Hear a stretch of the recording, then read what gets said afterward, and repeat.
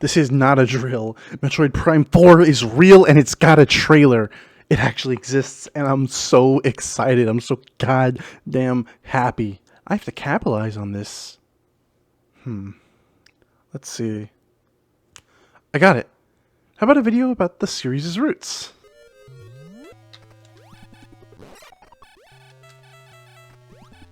Nah, not that. The original Metroid is such a pain to play. What else?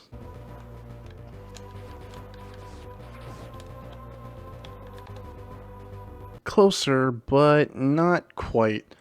Something that reinvented the series and gave it a fresh start.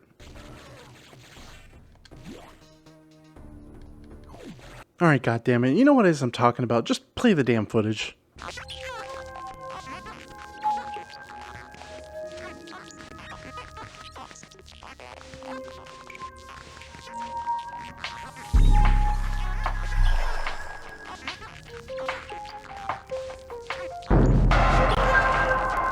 Now that's what the doctor ordered. So, yeah. I was working on some other scripts while this one was going on. Hell, one was even about another Nintendo property. But screw that. It's not often that Metroid gets to be in the spotlight, and I'm gonna ride this spaceship as long as I can. Metroid Prime is a game developed by Retro Studios for the GameCube nearly 22 years ago on November 17th, 2002. The game hit critical success back then, and it's not hard to see why.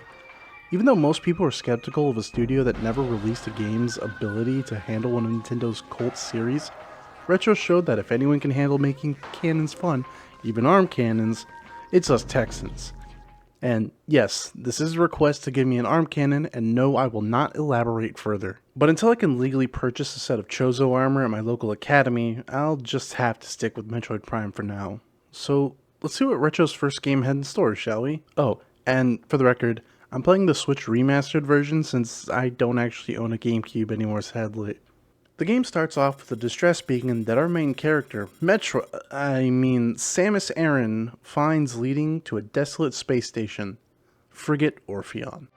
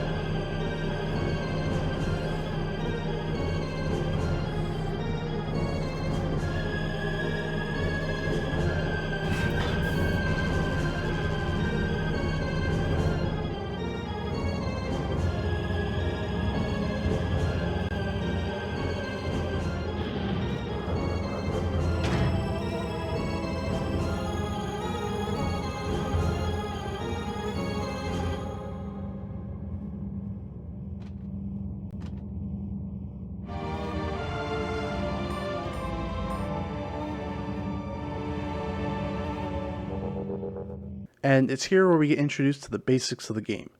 Unlike the later section of this game, this introduction is far more structured and railroaded, but this is the tutorial, so I'll let it slide for now. We get to move around almost like a modern FPS, except you need to hold on to one of the triggers to look vertically. But in this version of the game, there's even an option for modern controls, which is what I used. This game is kind of based around locking on though, so I'm glad there's still that ability to do it, even with the modern aiming. You also have access to the ability to turn to the morph ball and roll into small holes and use them to find new ways forward. Finally, there's the scan visor. This visor will be used to scan almost everything and anything, from scanning bodies for lore or panels to activate elevators, to scanning a boss's entire weak point. This visor can really do it all. Now, while this section is small, I do find it interesting. If you take your time like the game wants you to and scan things here and there, the atmosphere of Frigate Orpheon changes. You find out that the space pirates here on the frigate have recently escaped Zebes after Samus' Zero mission, but everything seems to be falling apart. There are space pirates that lie dead all across the floor of the frigate, with acid spilled across their exoskeletons. The ones that do remain alive are either crippled and dying on the floor or limping across your path. Any sort of creature that you do manage to find has been noted to be changed by some sort of substance that even your armor can't seem to figure out. The music as well adds to the ambience with a slow and ominous tone. It makes the whole first half of the tutorial have this creepy atmosphere. But where's Samus Aran? We ain't scared of no horror movie monster. It's time for the first boss fight against one of the most popular Metroid bosses in the series, the Parasite Queen.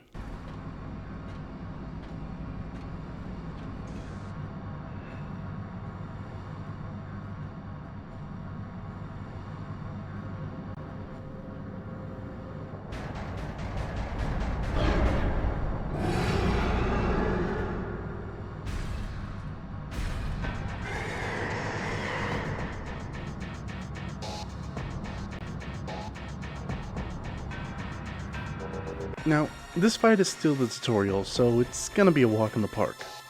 You can scan her, learn that her weakness is her face, and your lock-on auto-aim's there from now on. Just dodge the acid beams, shoot her when the shield is in the way, and you'll take her down easily. Just like how this explosion is gonna take down all your powers, leaving you with just a piss-poor pea shooter.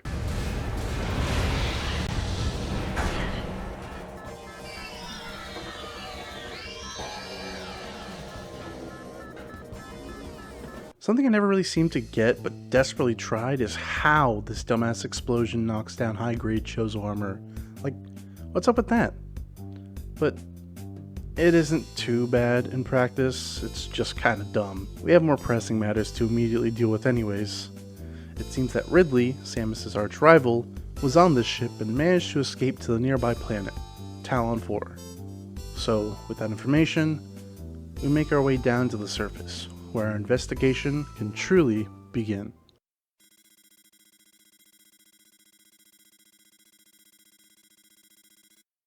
We touch down on Tallon 4, this beautifully lush rainforest with flora and fauna all over.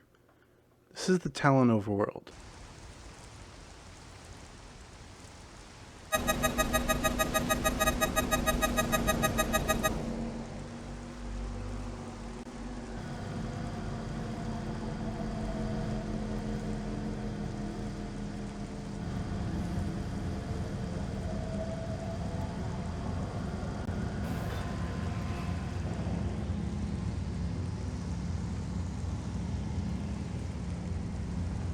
And we leave it immediately to head for the Chozo Ruins. I don't really get why they showed us such a beautiful area, only to immediately have to head to the desert area of the game. But it's whatever. We'll be back soon enough. In the Chozo Ruins, we actually find some of our lost powers. We quickly pick up the missile launcher by poking a hornet's nest, the morph ball by assaulting this weird-looking family of gophers, and the charge beam by finding some runes on the wall. A process that definitely didn't take too long. No, what are you talking about? Side note, I wasn't recording when getting the missile launcher or the morph ball, so guess who had to start from the beginning to get the footage? Thank God it's only the beginning of the game. Could you imagine if I had to do that for something late into the game? Side note, I didn't actually end up getting that footage. I don't know why I left that part of the script in, but you live and you learn. It was just the beginning of the game though, it's fine. Right? Right. Next on our shopping list is bombs. This time, instead of poking a hornet's nest, we light it on fire with a flamethrower, which is pretty neat. Now we have an hour into the main game and we already have almost every one of our original powers back with some extra E-tanks to boot. Next up is the Vario suit, the last of our initial powers from the intro. Except the grappling hook, but whatever. We make our way to another room filled with runes we need to scan that took me nowhere near as long this time, before finding our way to the second boss of the game, Flaahgra.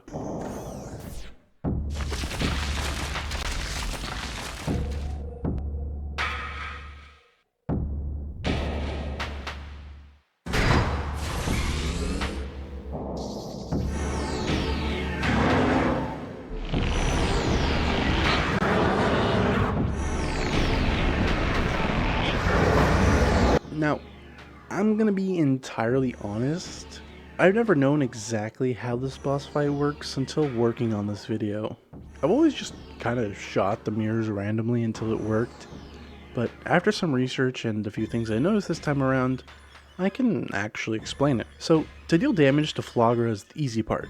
You just have to shoot the red button on each mirror, and that will weaken the plant enough where you can morph bomb its center and set it alight. The part I never really understood until now is when Flaahgra knocks down the mirrors you shoot up, but apparently all you had to do is use your brain for 2 seconds and shoot the plant to stun it and then shoot the mirrors. Commit arson against the plant 4 times in a row and the victory is yours. Yeah, I think it's best Samus doesn't try botany anytime soon.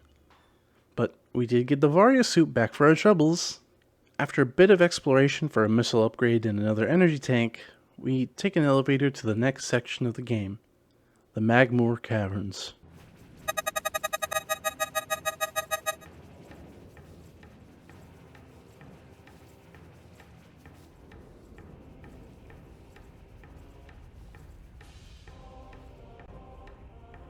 And just like the Tallon Overworld, we hardly get to see much of Magmoor. I kid you not, this is exactly how the recording session went. I load into the save room at the start of Magmoor's entrance, walk deep enough to see the intro cutscene, and make my way in a straight line until I make my way to the next area. Hell, halfway through I just started ignoring enemies, except for these turrets, because they really hurt. Honestly, these things are the most dangerous part of this game, if you'll even be. But in a little under 7.5 minutes, I booted up the game, loaded in, and ran through Magmoor to get to the next area. That's ridiculous, and honestly, now is the best time to go on this tangent. For all of Metroid Prime's strengths, it has one crucial flaw. Exploration sucks. I love this game to death, but exploring Tallon 4 would be downright unbearable if the composers, artists, and sound designers didn't carry the level designers. Like, the Tallon Overworld theme is beautiful and majestic, playing that all too familiar leitmotif from Brinstar's theme. It twists that triumphant theme into something so ethereal and magical that it's hard to describe.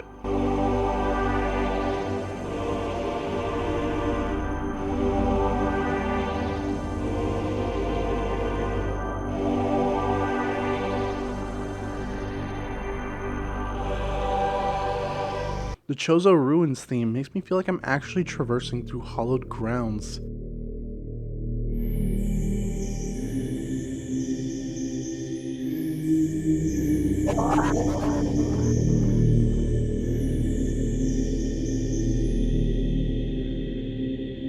The music in Magmoor makes me feel like... well, it makes me feel like I'm in a dwarven smithy for some reason, but it's still amazing.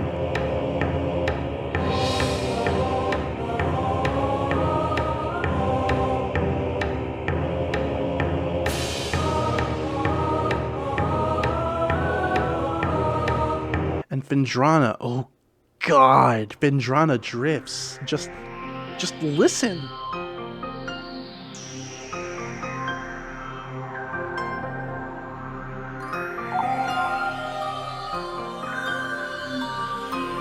Isn't that just the most soul-lifting, magical theme you can think of?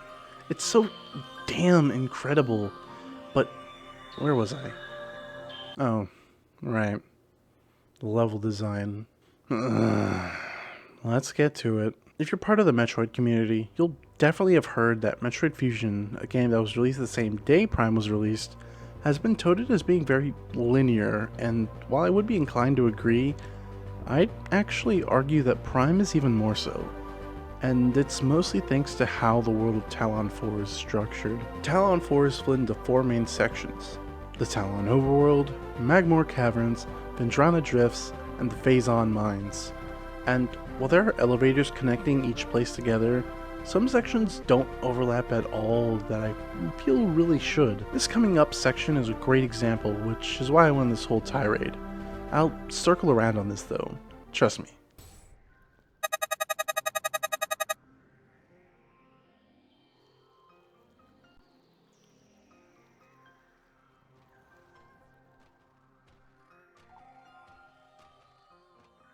After running straight through Magmoor, we make our way to Phendrana, fight some new enemies that can sometimes freeze you, and make our way to this section here, where we get ourselves a new upgrade, the Boost Ball.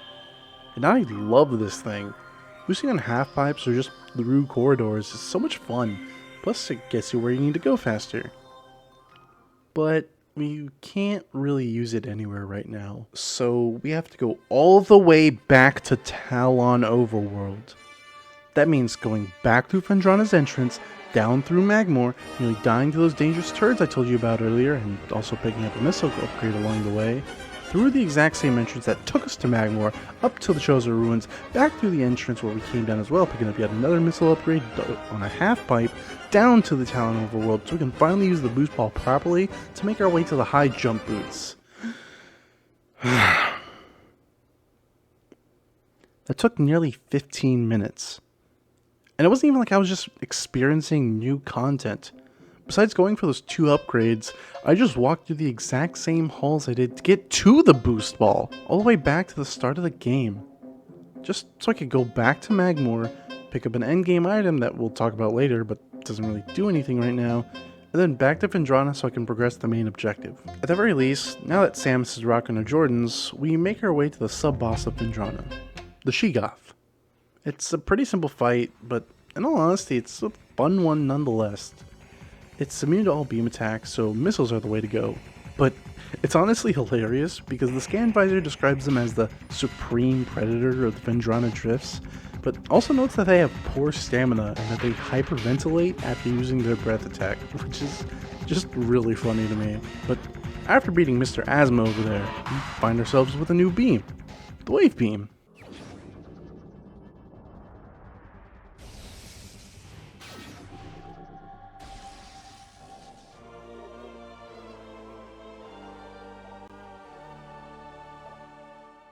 Then I get lost for a while like an idiot, make my way all the way back to the beginning of the game for no good reason, then go back to Phendrana where I'm actually supposed to go. This one was my fault. After a bit of traveling, we make it to some sort of space pirate facility. They have this outpost with pumps and observatory, which is where we find our next upgrade, the Super Missile. Which, honestly, is a lot less cool in this game than in other Metroid games. It requires you to have your regular beam equipped and costs 5 missiles to use, so it's really only valuable in the situations where you need to destroy whatever objects need to be destroyed by them, which are noted as being made of cordite, which, fun fact, is a real thing. Neat. But it's also here at this facility that we find out that the space pirates are capturing and testing native Tallon Metroids. How fun. These seem to be weaker than the SR-388 Homeland counterparts, which is incredibly lucky for us, because we don't get the Ice Beam until later, and we're stuck dealing with these suckers now. They're actually not that bad. Definitely far from what I'd call a threat. But regardless, we make our way down further and find ourselves a new visor upgrade. The Thermal Visor. Now, this is a super cool upgrade that lets us... Hey, who turned out the lights? Well, thankfully, the new visor can help us see in the dark, but unfortunately, my TV is really old. So, anything you think looks blurry and uncomfortable to the eyes in this footage, know that it's twice as bad on my old-ass Vizio 2012 TV. When I was playing through this game for footage, I remember explicitly dreading this section of the game. The entire Space Pirate Facility section of Phendrana is completely dark and unnavigable without the thermal visor, which, again, strains the hell out of my eyes. So, we're going to go ahead and skip talking about this place unless I absolutely have to. Okay.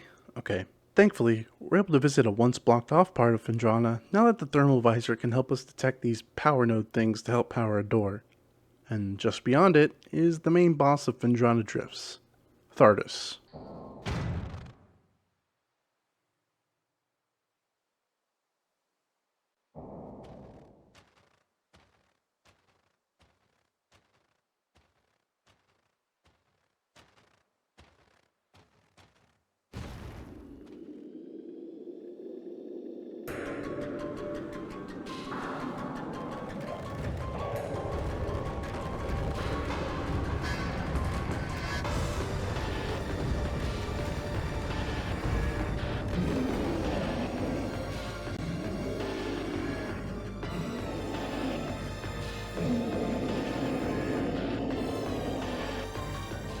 Thardus just like Flaahgra, honestly isn't really a very good boss.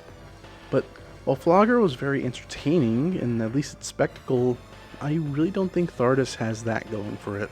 You're not really doing anything interesting with him. You're just shooting a spot with thermal vision, and then when it becomes exposed, you exit thermal and go into your combat visor to shoot at the exact same spot again. Flaahgra at least had you go around the arena, shooting panels and using morph ball bombs to ignite its core, but Thardus doesn't really do anything like that. He rolls around sometimes, which is kinda cool, I guess, but it doesn't really add anything but wasted time to the fight. But after defeating not Phendrana, we obtain the Spider Ball, allowing us to climb up these walls with the orange ridges. And just like any good Prime upgrade, we are legally required to go from the Phendrana Drifts all the way back to the Tallon Overworld. But this time, so that we can go to the Chozo Ruins and add the Wavebuster, the super missile equivalent for the Wave Beam. And I'm sorry, but I'm gonna go on another tangent again. This room right here requires you to blast out these sections of the walls in order to bring the roof lower so you can actually get to the Wavebuster. It's a simple puzzle, but interesting enough because it tests your aim, especially if these invincible enemies block your missiles. But if you leave this room to go and try to get more missiles, the whole puzzle resets! Now, some of those puffers from Magmoor can spawn to help you out, but for some reason, I don't know if I'm just blind or stupid, but they just didn't spawn until after I beat the puzzle. Now, I didn't go in with enough missiles. Hell, even my max was too short, so thankfully there were 2 missile upgrades in the room right up before. But come on, man. This, along with the constant backtracking, which is really boring, just drained me. I haven't really taken a break from Prime except for while I was moving, and that's because I didn't have my setup to record any of it. And, oh yeah, I moved into an apartment. More on that at the end of the video, but after receiving the Wavebuster and using the Spider Wall to go deeper into the ruins, we make our way to this holy site where we fight a Chozo ghost. He wasn't hard or anything, but with him out of the way, we get to properly explore this room, letting us a way forward where we just kind of find the ice beam. Like, there's no puzzle, there's no boss, there's nothing special about it. It's just kind of sitting there in a room. Yeah, I need a break from Prime. This regularly scheduled break from your video essay is brought to you by me. Real talk. I'm so incredibly thankful for the support I've gained, especially from the Monster Hunter video. That video is still getting steady views, which is my first video to do that. So that's really neat and it really feels nice. We've nearly hit 250 subscribers and reached over 1,000 hours watched so far, which puts me one step closer to actually earning money off of these things, which is a big goal for me. So if you could leave a like, comment, and subscribe, that'd really be appreciated. Thank you for your time. Now, let's get back to Prime, shall we? Where were we? Oh yeah, the ice beam in a dinky cave. Well, now that we have the ice beam, we pick up an energy tank from the Chozo statue room with a ghost, who apparently brought friends. I didn't think the ghosts were bad before, but now that you have to deal with 3 of them, this game's combat is really starting to show its issues. I touched on it briefly during the Thardus fight, but fighting things in this game feels incredibly spammy.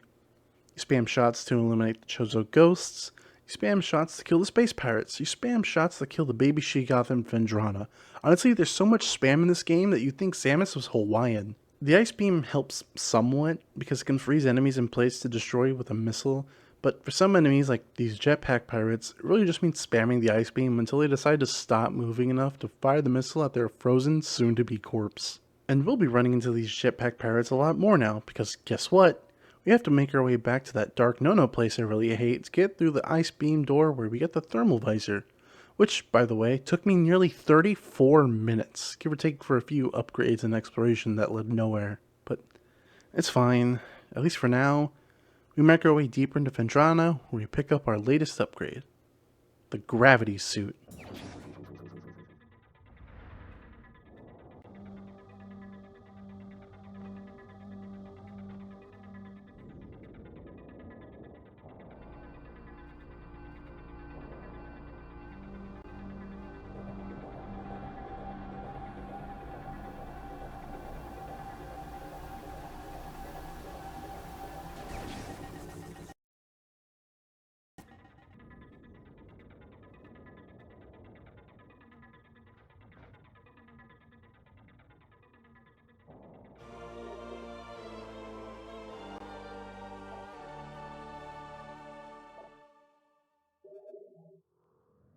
This lets us traverse underwater areas with ease, giving us back our normal movement speed while also clearing up visibility underwater.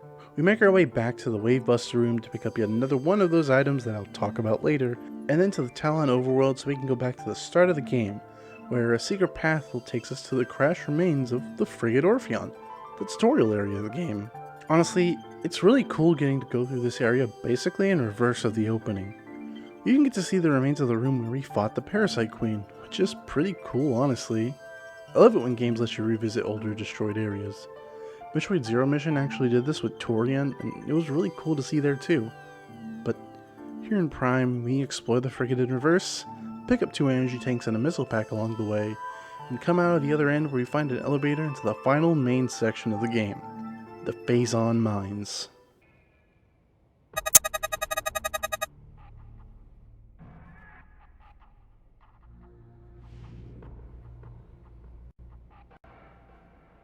The Phazon Mines are vastly different from every other area in the game. While Phendrana had that small section with the space pirate facility, the Phazon Mines is almost entirely just a space pirate outpost, and it's where their opposition is the strongest, which honestly really sucks. While the regular space pirates are alright to deal with, just one ice beam shot and a missile deals with them fine, the issue comes from the beam type pirates. All it basically boils down to is matching whichever color to whatever beam shares it. But I've already talked enough about the combat.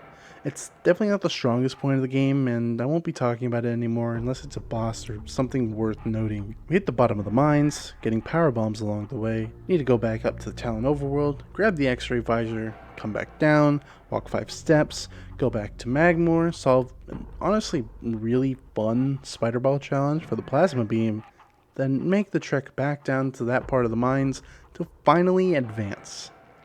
Oh, and we also pick up the grapple beam along the way. Neat. Now, before I talk about the next boss fight of the game, I really want to point out the lore of Phazon Mines, because honestly, it's freaking hilarious. I haven't really talked about the lore of Prime because I want this video to focus more on the gameplay aspects and my playthrough through it. Although Prime has some standout bits of lore that is absolutely fulfilling to scan and read on a regular playthrough, there's a reason I'm particularly pointing out the Phazon Mines. If you read the space pirate logs in the mines, you'll find some of what I find the funniest bits in any Metroid game ever. A lot of the logs talk about Samus and their encounters with her. There's even one talking about their attempts to reverse engineer her beam weapons, which gives more context to the enemies we find in the mines.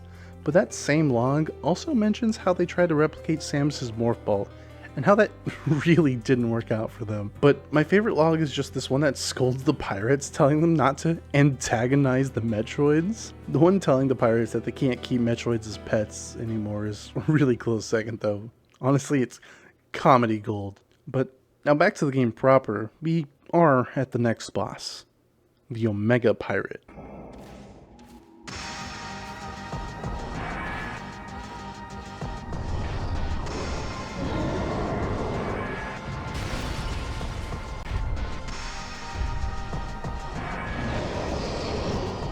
The Omega Pirate is by far more interesting than the other 3 bosses before him combined, and it's honestly more fun because of it. He acts a lot like a beefier version of the elite pirates you fight earlier, with the ability to absorb your beam shots and back missile launchers, but the fun really comes from the heavy damage he can do as well as the needing to shift visors to deal damage to him, something that Thardus failed to do effectively earlier. Which I should probably explain the difference between the Omega Pirate and Thardus' design philosophy with the visor. Well, Thardus had you attack the same point regardless of whether you were in thermal or combat visor. The Omega Pirate only makes you switch to another visor to actually deal damage, while regular combat visor mode only has to have you deal damage weakening the parts. I should have written this down. I didn't write this part down in my script. I'm realizing that now, so this part's unscripted. Back to the scripted part. I just wanted to explain that a little better. But in time, we do take him down and begin, well, the absolute worst part of this game, in my opinion. You remember those items I kept collecting and I kept saying I'd get back to it? Well, we're finally circling back to it. These items that we've been collecting are Chozo artifacts. There's a location at the start of the game that have these carved stones, and on them are hints as to where their dedicated artifacts are hiding. But lore-wise, we need to collect all the artifacts in order to remove a barrier covering the impact crater, the origin source of the Phazon. There are 12 in total, and while a few can be picked up while you're going through the game, the bulk of them aren't really available until you get the plasma beam or the power bombs, both late game items. All this wouldn't be an issue if the game didn't make me go back and forth all across the world for the entirety of the game, and now it's having me do it one last time for what I feel is no good reason. The game wouldn't have changed one bit if this entire section of the game was removed entirely. Better yet, make this fetch quest optional and grant something special for the player going out of the way to get them all. I'm no game designer, so I couldn't say for certain how it would work, but I do know that it would have been better than how the game currently utilizes it. But after spending all this time collecting the Chozo artifacts and bringing them back to the temple, who else but Ridley shows up and completely proves how much of a waste of time it was getting those things by destroying them.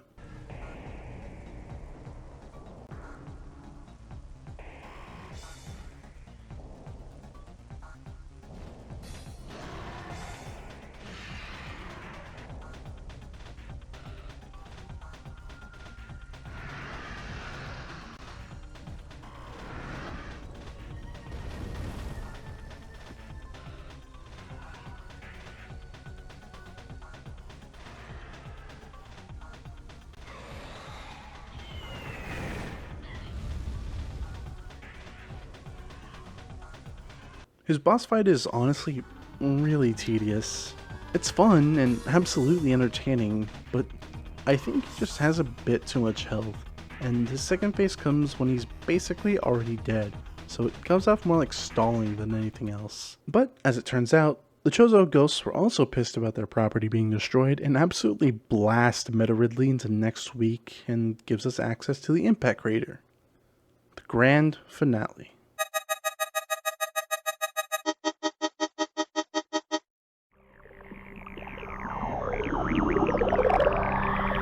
The impact crater isn't really much of an area as it is the setup for the final boss of the game. The whole place looks like you're inside a creature with bones and cinder lighting the walls. And like the parasite it is, within the heart of the crater lies the source of Phazon corrupting the beautiful world of Tallon 4. Metroid Prime.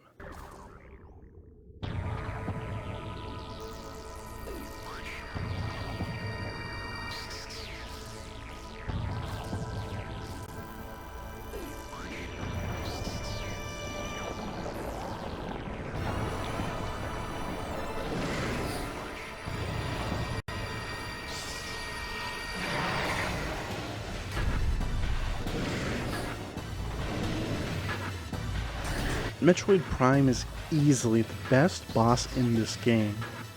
Not only is its design absolutely amazing, but the fight tests everything you've done through Samus's entire time on Tallon 4.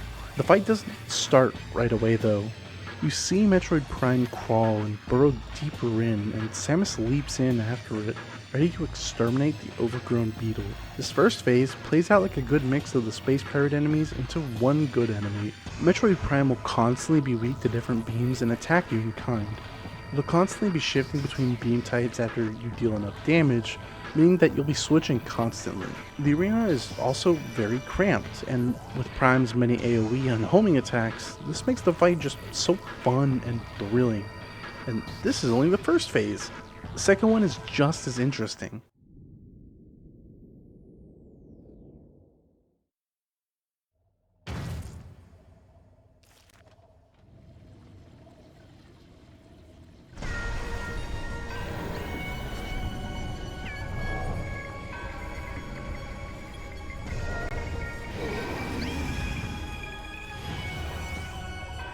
The second phase has Metroid Prime shedding its carapace and turning into a creature straight out of my nightmare. Am I the only one genuinely creeped out by this design?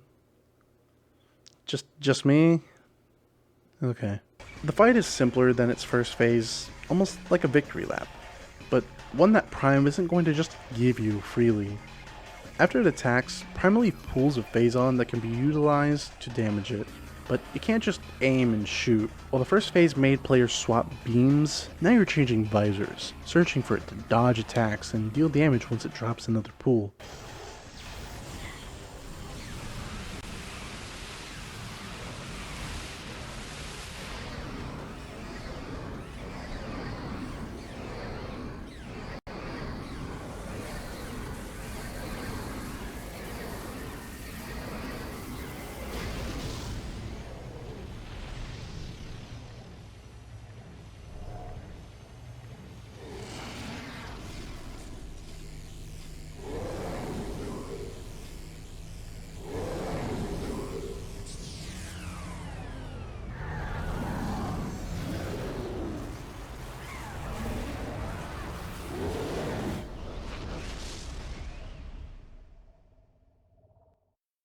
Samus takes down Metroid Prime and the impact crater self-destructs.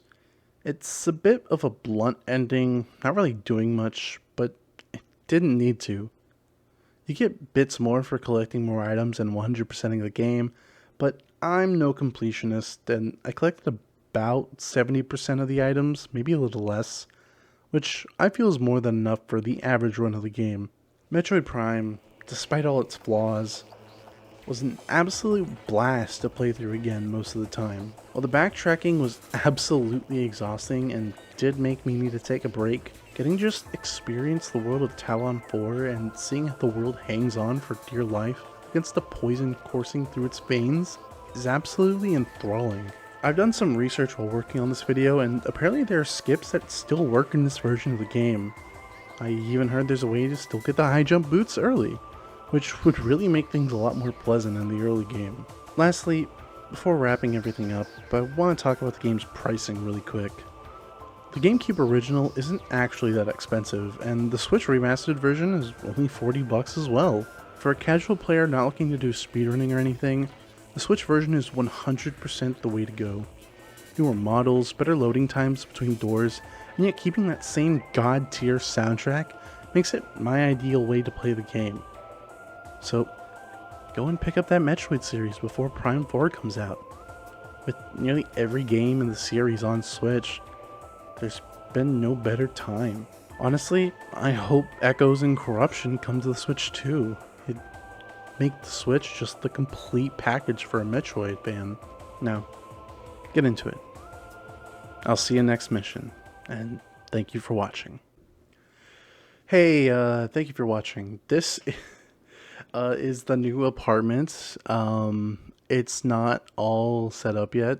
I've been here for 2 weeks now, and I have been a little bit lazy about unpacking. But yeah, I have my own place now, which is great, very exciting. I I choose that this to be the reason why I haven't uploaded in a while. Definitely not because I hit a very bad writer's block and was working on a lot of stuff. But I promise stuff's coming out. I promise that I am working on stuff. I do not promise that it is the Evil Within video. I still have the footage though, so maybe one day.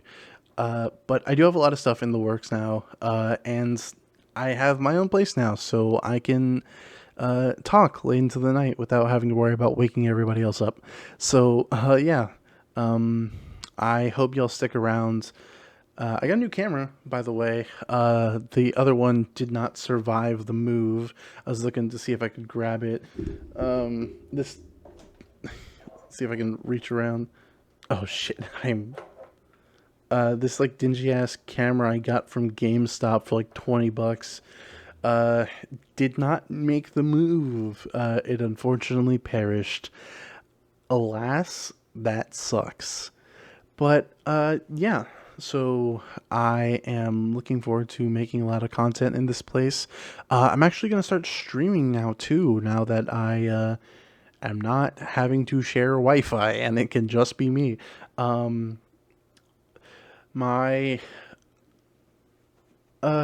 Twitch channel will be in the description down below, and hopefully my goal is to start streaming the games that I'm going to be making video essays on, so I can just play through that.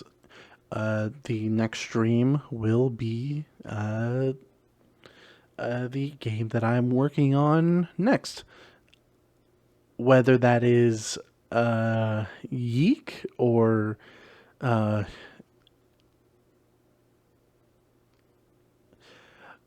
just gonna leave that blank. Just like, dude, maybe, maybe not. I don't know how much of this I'm gonna use.